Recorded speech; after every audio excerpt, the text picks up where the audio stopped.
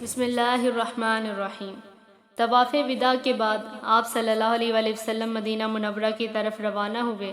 واپسی کے سفر میں غدیر خم نامی تالاب کے مقام پر آپ صلی اللہ علیہ وآلہ وسلم نے اپنے صحابہ کو جمع فرمایا، ان کے سامنے خطبہ دیا جس میں فرمایا، لوگو در حقیقت میں بھی تمہاری طرح ایک بشر ہوں اور بندہ ہوں۔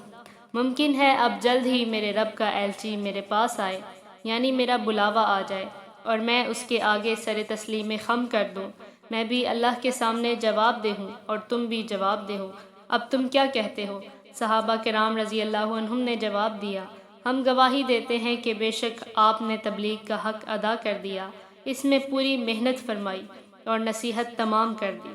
تب آپ صلی اللہ علیہ وآلہ وسلم نے فرمایا، کیا تم اس کی گواہی نہیں دیتے کہ اللہ تعالیٰ کے سوا کوئی معبود نہیں، اور یہ کہ محمد اس کے بندے اور رسول ہیں، اور یہ کہ جنت دوزخ اور موت برحق چیزیں ہیں، اور یہ کہ مرنے کے بعد دوبارہ زندہ ہونا برحق ہے، اور یہ کہ قیامت آنے والی چیز ہے، اس میں کسی شک و شبہ کی گنجائش نہیں ہے، اور یہ کہ اللہ تعالیٰ ان لوگوں کو دوبارہ زندہ کر کے اٹھائے گا جو قبروں میں پہنچ چکے ہیں۔ صحابہ کرام نے عرض کیا، بے شک ہم ان سب باتوں کی گواہی دیتے ہیں۔ اس پر آپ صلی اللہ علیہ وآلہ وسلم نے فرمایا، اے اللہ آپ گواہ رہیے گا۔ پھر فرمایا، لوگوں قرآن پر جمع رہنا، میں تمہارے درمیان دو بھاری چیزیں چھوڑے جا رہا ہوں، ایک اللہ کی کتاب، دوسرے اپنے گھر والے، جس میں ازواج مطہرات اور آپ صلی اللہ علیہ وآلہ وسلم کی صاحبزادیاں سب آ گئیں۔ تم منتشر ہو کر پھوٹ مت ڈال دینا، یہاں تک کہ تم حوض کوثر پر میرے پاس جمع ہو جاؤ۔ اس موقع پر حضرت علی رضی اللہ عنہ کے بارے میں آپ صلی اللہ علیہ وآلہ وسلم نے یہ الفاظ فرمائے، میں جس کا مولا اور آقا ہوں، علی بھی اس کے مولا اور آقا ہیں۔ اے اللہ، جو علی کا مددگار ہو تو بھی اس کا مددگار ہو جا، جو اس سے دشمنی رکھے تو بھی اس سے دشمنی رکھ، جو اس سے محبت کرے تو بھی اس سے محبت رکھ، اور جو اس سے بغض رکھے تو بھی اس سے بغض رکھ، جو اس کی مدد کرے تو بھی اس کی مدد کر، اور جو اس کی اعانت کرے تو بھی اس کی اعانت فرما، جو بھی اسے رسوا کرے تو اسے رسوا فرما۔ یہ جہاں بھی ہو تو حق اور صداقت کو اس کا ساتھی بنا دے۔ لفظ مولا کے بہت سے معنی ہیں، یہاں آپ صلی اللہ علیہ وآلہ وسلم کی مراد یہ تھی کہ حضرت علی رضی اللہ عنہ تمام اہل ایمان کے لیے بزرگ، سردار اور قابل احترام ہیں۔ مولا کا مطلب مددگار بھی ہے، غرض مولا کے 20 کے قریب معانی ہیں۔ مشہور محدث امام نووی رحمۃ اللہ علیہ سے پوچھا گیا، حضور صلی اللہ علیہ وآلہ وسلم کا یہ جو ارشاد ہے کہ جس کا میں مولا ہوں اس کے مولا علی بھی ہیں، کیا اس ارشاد کا یہ مطلب ہے کہ حضرت ابو بکر اور حضرت عمر رضی اللہ عنہما کے مقابلے میں حضرت علی رضی اللہ عنہ امامت کے زیادہ حقدار ہیں؟ اس سوال کے جواب میں انہوں نے جواب دیا، اس حدیث سے یہ مطلب نہیں نکلتا کہ بلکہ ان علماء کے نزدیک جو اس میدان میں نمایاں ہیں اور جن کی تحقیق پر اعتماد کیا جا سکتا ہے، اس حدیث کا مطلب یہ ہے کہ جس کا مددگار آقا اور محبوب میں ہوں تو علی بھی اس کے مددگار آقا اور محبوب ہیں۔ اس سفر سے واپسی پر آپ صلی اللہ علیہ وآلہ وسلم نے راستے میں ذوالحلیفہ کے مقام پر رات بسر فرمائی اور رات کے وقت مدینہ منورہ میں داخل ہونے کو پسند نہیں فرمایا۔ پھر جب آپ صلی اللہ علیہ وآلہ وسلم کی نظر مدینہ منورہ پر پڑی تو 3 مرتبہ تکبیر کہی اور یہ کلمات پڑھے، اللہ تعالیٰ کے سوا کوئی معبود نہیں، وہ تنہا ہے، اس کا کوئی شریک نہیں، حکومت اور تعریف اسی کے لیے ہے، اور وہ ہر چیز پر پوری قدرت رکھتا ہے۔ ہم توبہ کرتے ہوئے اور اپنے پروردگار کو سجدہ کرتے ہوئے اور اس کی تعریفیں کرتے ہوئے لوٹنے والے ہیں۔ اللہ کا وعدہ سچا ہو گیا، اس نے اپنے بندے کی مدد فرمائی اور سب گروہوں کو اس تنہا نے شکست دی۔ پھر صبح کے وقت حضور صلی اللہ علیہ وآلہ وسلم مدینہ منورہ میں داخل ہوئے۔ 11 ہجری میں پیر کے دن جبکہ ماہ صفر کی آخری تاریخیں تھیں، آپ صلی اللہ علیہ وآلہ وسلم نے رومیوں کی عظیم سلطنت کے خلاف تیاری کا حکم فرمایا۔ اس سے اگلے روز آپ صلی اللہ علیہ وآلہ وسلم نے حضرت اسامہ بن زید رضی اللہ عنہ کو بلا کر فرمایا، اس مقام کی طرف بڑھو جہاں تمہارے والد شہید ہوئے، اور اس علاقے کو اسلامی شہسواروں سے پامال کرو، میں تمہیں اس لشکر کا امیر بناتا ہوں۔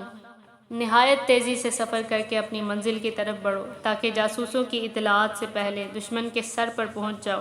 اگر اللہ تعالیٰ تمہیں ان پر فتح عطا فرمائے تو ان لوگوں کے درمیان زیادہ مت ٹھہرنا اور اپنے ساتھ جاسوس اور مخبر لے جانا۔ اگلے روز بدھ کے دن رسول اللہ صلی اللہ علیہ وآلہ وسلم کے سر مبارک میں درد شروع ہو گیا، اس کے بعد بخار بھی ہو گیا۔ جمعرات کے دن آپ صلی اللہ علیہ وآلہ وسلم نے تکلیف کے باوجود اپنے دست مبارک سے حضرت اسامہ رضی اللہ عنہ کو پرچم بنا کر دیا، پھر فرمایا اللہ کا نام لے کر اس کے راستے میں جہاد کے لیے جاؤ، اور جن لوگوں نے اللہ کے سامنے کفر کیا ہے ان سے جنگ کرو۔ حضرت اسامہ بن زید رضی اللہ عنہ اپنا پرچم لے کر اسلامی لشکر کے ساتھ روانہ ہوئے۔ وہ اس وقت بالکل نوجوان تھے۔ اس نوجوانی کی حالت میں آپ صلی اللہ علیہ وآلہ وسلم نے انہیں لشکر کا سالار مقرر فرمایا تھا، جبکہ صحابہ کرام میں بڑے بڑے ممتاز اور تجربہ کار لوگ موجود تھے۔ اس بنیاد پر صحابہ کرام رضی اللہ عنہم میں سے کچھ حضرات نے اس بات کو محسوس کیا کہ جب اتنے بڑے اور تجربہ کار حضرات موجود ہیں تو پھر ایک نو عمر کو سپہ سالار کیوں مقرر فرمایا گیا؟ جب آپ صلی اللہ علیہ وآلہ وسلم کو ان باتوں کی خبر ہوئی تو سخت ناراض ہوئے، یہاں تک کہ اسی وقت اپنے حجرہ مبارک سے باہر نکل آئے۔ اس وقت آپ صلی اللہ علیہ وآلہ وسلم کے سر پر پٹی بندھی ہوئی تھی اور بدن مبارک پر ایک چادر تھی۔ آپ صلی اللہ علیہ وآلہ وسلم مسجد میں داخل ہوئے اور منبر پر تشریف لائے، اللہ تعالیٰ کی حمد و ثنا بیان فرمائی، پھر صحابہ کرام کو خطاب فرمایا، لوگو یہ کیسی باتیں ہیں جو اسامہ کو امیر بنانے پر تم لوگوں کی طرف سے مجھ تک پہنچی ہیں؟ اس سے پہلے جب میں نے اسامہ کے والد کو امیر بنایا تھا تو اس وقت بھی اس قسم کی کچھ باتیں سننے آئی تھیں۔ قسم ہے اللہ عز و جل کی، وہ یعنی زید بن حارثہ امیر بننے کے لیے موزوں ترین آدمی تھے، اور اب ان کے بعد ان کا بیٹا امیر بننے کے لیے موزوں ترین آدمی ہے۔ یہ دونوں باپ بیٹے ایسے ہیں کہ ان سے خیر ہی کا گمان کیا جا سکتا ہے، لہٰذا اسامہ کے بارے میں خیر ہی کا گمان رکھو، کیونکہ وہ تم میں سے بہترین لوگوں میں سے ایک ہیں۔ اب جو صحابہ حضرت اسامہ رضی اللہ عنہ کے لشکر میں جہاد کے لیے جانے والے تھے وہ آپ صلی اللہ علیہ وسلم کے لیے مجھ سے ملاقات کے لیے آنے لگے۔ اس وقت آپ صلی اللہ علیہ وسلم کی طبیعت کافی ناساز تھی، اس کے باوجود فرما رہے تھے اسامہ کے لشکر کو روانہ کر دو۔ اپنی طبیعت کی خرابی کے پیش نظر آپ صلی اللہ علیہ وسلم نے حضرت ابو بکر صدیق رضی اللہ عنہ کو لشکر کے ساتھ جانے سے روک دیا اور انہیں حکم فرمایا کہ وہ لوگوں کو نماز پڑھائیں۔ اتوار کے روز آپ صلی اللہ علیہ وسلم کی تکلیف میں اضافہ ہو گیا۔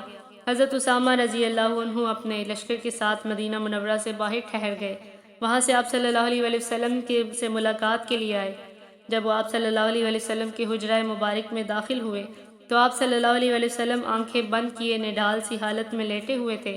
حضرت اسامہ رضی اللہ عنہ نے آہستہ سے آپ صلی اللہ علیہ وسلم کا سر مبارک دبایا اور پیشانی کو بوسہ دیا۔ آپ صلی اللہ علیہ وسلم نے کوئی بات نہ کی، دونوں ہاتھ اوپر کی طرف اٹھائے اور ان کو اسامہ پر رکھ دیا۔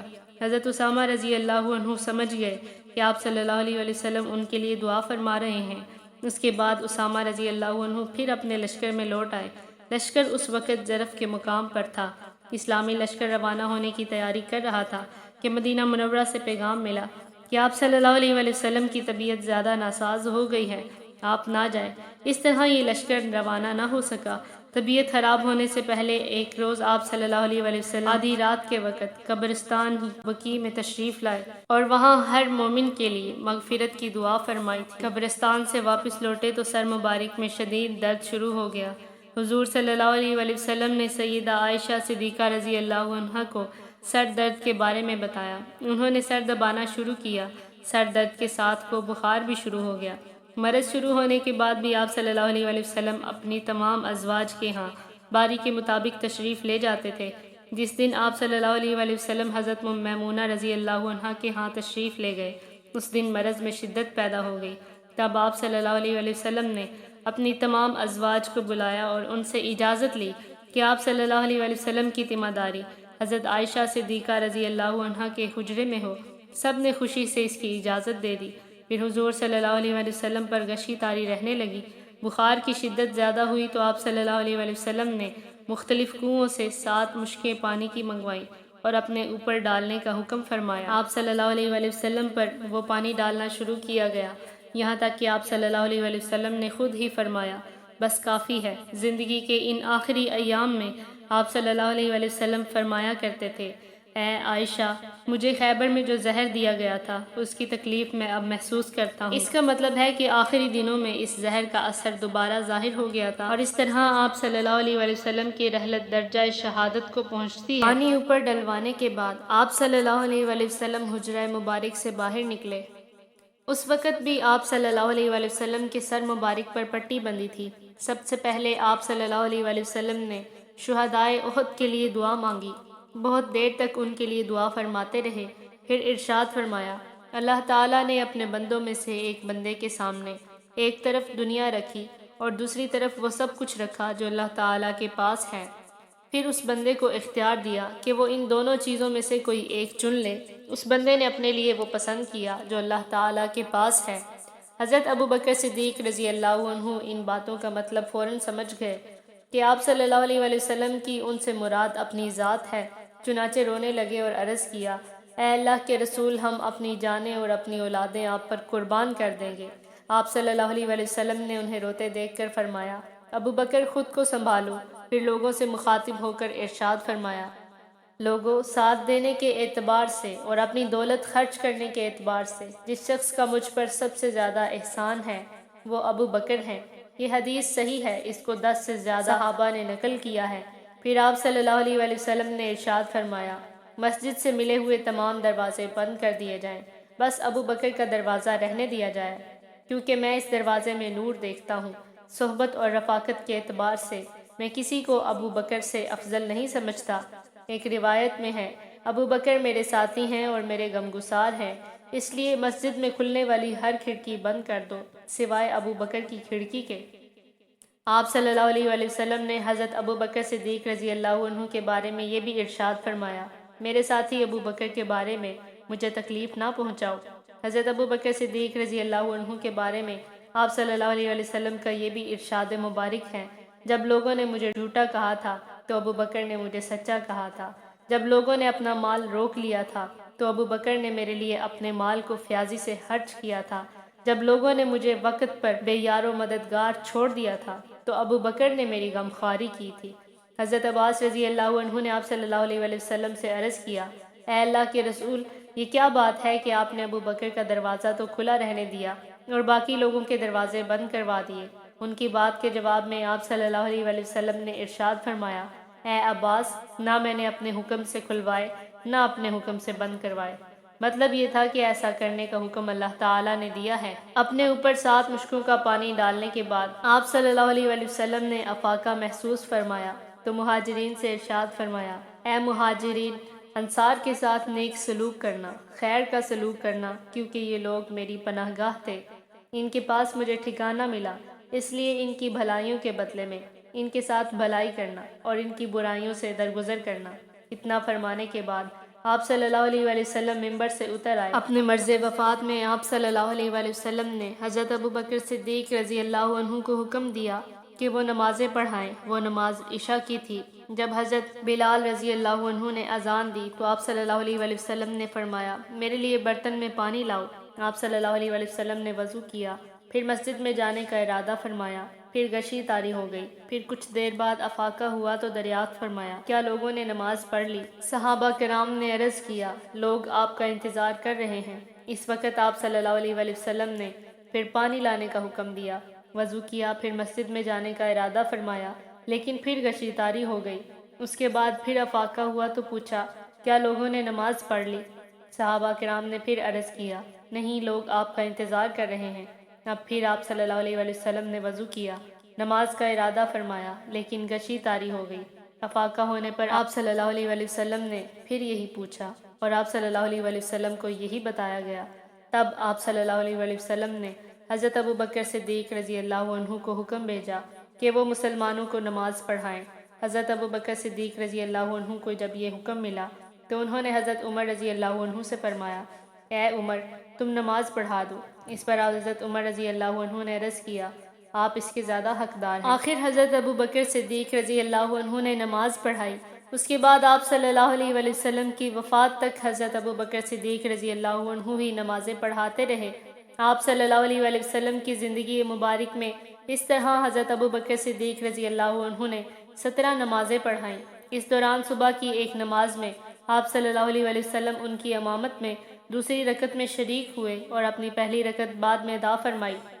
اس نماز کے لیے آپ صلی اللہ علیہ وآلہ وسلم 2 آدمیوں کا سہارا لے کر مسجد تک آئے تھے۔ ان 2 میں سے ایک حضرت عباس رضی اللہ عنہ تھے۔ حضرت ابو بکر صدیق رضی اللہ عنہ اس وقت نماز پڑھا رہے تھے۔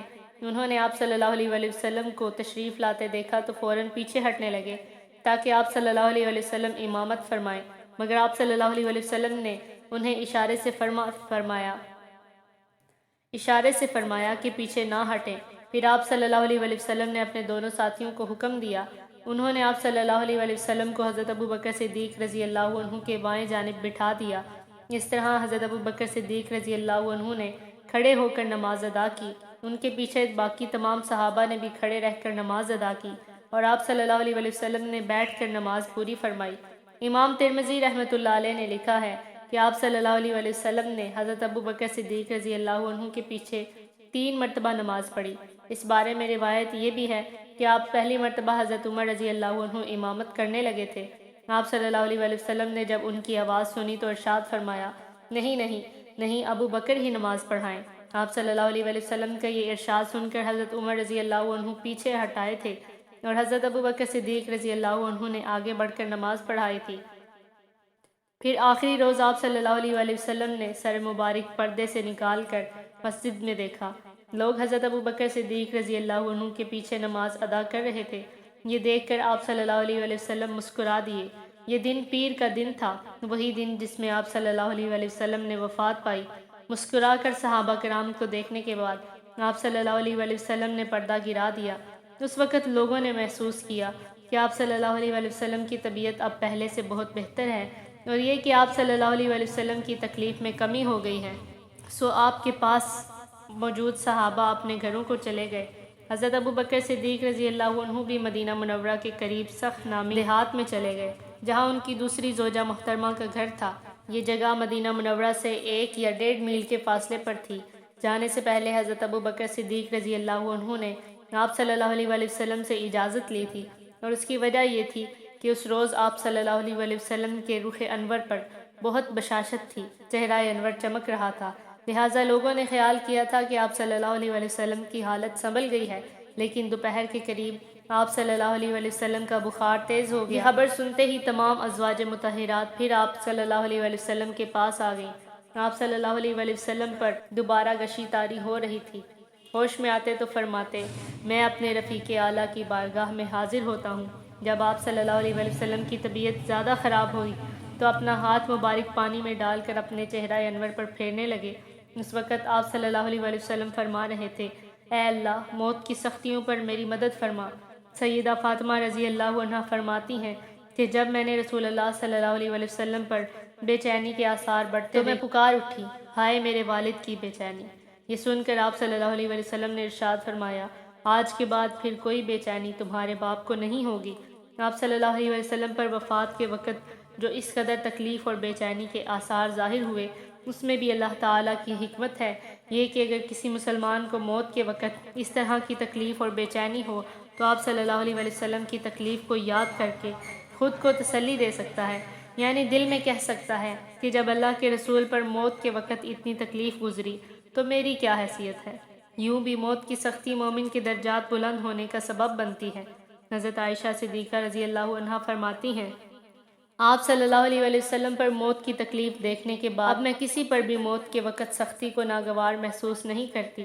آپ صلی اللہ علیہ وسلم کو تکلیف ہوتی تھی تو فرمایا کرتے تھے، اے تمام لوگوں کے پروردگار، یہ تکلیف دور فرما دے اور شفا عطا فرما دے کہ تو ہی شفا دینے والا ہے، تیری دی ہوئی شفا ہی اصل شفا ہے جس میں بیماری کا نام و نشان نہیں ہوتا۔ حضرت عائشہ صدیقہ رضی اللہ عنہا فرماتی ہیں کہ جب آپ صلی اللہ علیہ وسلم کی بے چینی بڑھی تو میں نے آپ صلی اللہ علیہ وسلم کا دایاں ہاتھ اپنے ہاتھ میں لے لیا اور دعا کے یہی کلمات پڑھ کر دم کرنے لگی۔ پھر آپ صلی اللہ علیہ وسلم نے اپنا ہاتھ مبارک کھینچ لیا اور یہ دعا پڑھی، اے اللہ میری مغفرت فرما اور مجھے رفیق اعلیٰ میں جگہ عطا فرما۔ آپ صلی اللہ علیہ وسلم کو جب بھی کوئی تکلیف ہوتی تھی تو عافیت اور شفا کی دعا کیا کرتے تھے، لیکن جب وفات ہوا تو اس میں شفا کی دعا نہیں مانگی۔ حضرت عائشہ رضی اللہ عنہ فرماتی ہیں کہ اس حالت میں میرے بھائی عبد الرحمن رضی اللہ عنہ آئے، ان کے ہاتھ میں مسواک تھی۔ آپ صلی اللہ علیہ وسلم اس مسواک کو دیکھنے لگے۔ میں سمجھ گئی کہ مسواک کی خواہش محسوس کر رہے ہیں، کیونکہ مسواک کرنا آپ صلی اللہ علیہ وسلم کو بہت پسند تھا۔ چنانچہ میں نے پوچھا، آپ کو مسواک دوں؟ آپ صلی اللہ علیہ وسلم نے سر مبارک سے ہاں کا اشارہ کیا۔ میں نے مسواک دانتوں سے نرم کر کے دی۔ آپ صلی اللہ علیہ وسلم مجھ سے سہارا لیے ہوئے تھے۔ ام المومنین عائشہ صدیقہ رضی اللہ عنہا فرماتی ہیں، میرے اوپر اللہ کے خاص انعامات میں سے ایک انعام یہ بھی ہے کہ حضور صلی اللہ علیہ وآلہ وسلم کا انتقال میرے گھر میں ہوا۔ آپ کا جسم مبارک اس وقت میرے جسم سے سہارا لیے ہوئے تھا۔ وفات کے وقت اللہ تعالیٰ نے میرا لعاب دہن آپ صلی اللہ علیہ وآلہ وسلم کے لعاب دہن سے ملا دیا، کیونکہ اس مسواک کو میں نے نرم کرنے کے لیے چبایا تھا اور آپ صلی اللہ علیہ وآلہ وسلم نے اس کو اپنے دانتوں پر پھیرا تھا۔ حضور صلی اللہ علیہ وآلہ وسلم پر بے ہوشی طاری ہوئی تو سب ازواج مطہرات آس پاس جمع ہو گئیں۔ مرض کے دوران آپ صلی اللہ علیہ وآلہ وسلم نے 40 غلام آزاد فرمائے۔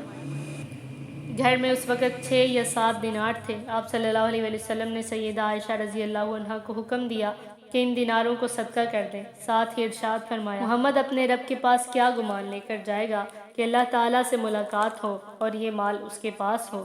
سیدہ عائشہ رضی اللہ عنہا نے اسی وقت ان دیناروں کو صدقہ کر دیا۔ آپ صلی اللہ علیہ وآلہ وسلم کی بیماری سے چند روز پہلے حضرت عباس رضی اللہ عنہ نے خواب میں دیکھا تھا کہ چاند زمین سے اٹھ کر آسمان کی طرف چلا گیا۔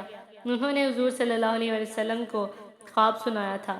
خواب سن کر آپ صلی اللہ علیہ وآلہ وسلم نے فرمایا تھا، اے عباس، وہ تمہارا بھتیجا ہے، یعنی یہ آپ صلی اللہ علیہ وآلہ وسلم کی وفات کی طرف اشارہ تھا۔ اپنی صاحبزادی سیدہ فاطمہ رضی اللہ عنہا سے آپ صلی اللہ علیہ وآلہ وسلم کو بے پناہ محبت تھی۔ علالت کے دوران آپ صلی اللہ علیہ وآلہ وسلم نے انہیں بلا بھیجا۔ وہ تشریف لائیں تو ان کے کان میں کچھ باتیں کی، وہ سن کر رونے لگیں، پھر ان کے کان میں کچھ فرمایا تو وہ ہنس پڑی۔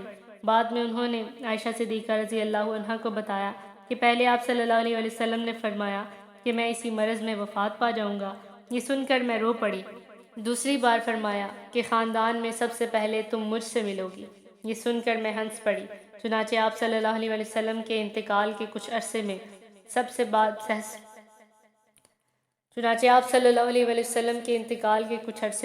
سے پہلے آپ صلی اللہ علیہ وآلہ وسلم کے گھرانے میں حضرت فاطمہ رضی اللہ عنہا کا انتقال ہوا۔ وفات سے 1 یا 2 دن پہلے آپ صلی اللہ علیہ وآلہ وسلم نے لوگوں سے ارشاد فرمایا، یہود اور نصارہ پر خدا کی لعنت ہو، انہوں نے اپنے پیغمبروں کی قبروں کو عبادت گاہ بنا لیا۔ یہ بھی فرمایا کہ یہودیوں کو جزیرۃ العرب سے نکال دو، اور فرمایا، لوگوں، نماز کے بارے میں اللہ تعالیٰ سے ڈرو اور اپنے غلاموں کا خیال رکھو۔ وفات سے پہلے حضرت جبرائیل علیہ السلام ملک الموت کے ساتھ آئے۔ انہوں نے عرض کیا، اے محمد صلی اللہ علیہ وآلہ وسلم، اللہ تعالیٰ آپ کے مشتاق ہیں۔ یہ سن کر آپ صلی اللہ علیہ وآلہ وسلم نے فرمایا، تو حکم کے مطابق میری روح قبض کر لو۔ ایک روایت کے مطابق حضرت جبرائیل علیہ السلام ملک الموت کے ساتھ آئے تھے۔